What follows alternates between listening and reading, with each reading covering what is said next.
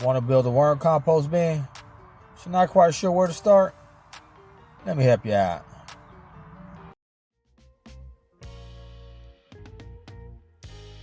So here we are in the garden again, getting ready for springtime.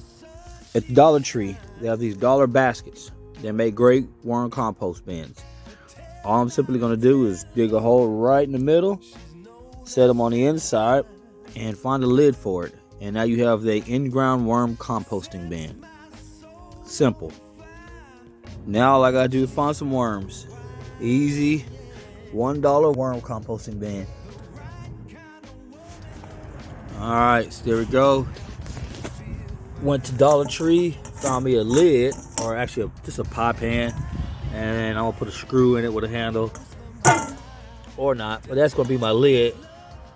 There's my good material in there. I got some eggs, got some cabbage, bell peppers, onions, some coffee grounds, and some algaic acid.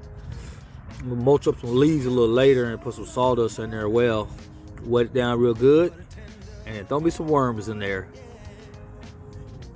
My in-ground worm compost bin, super easy. Can't beat that with Mike Tyson's hands.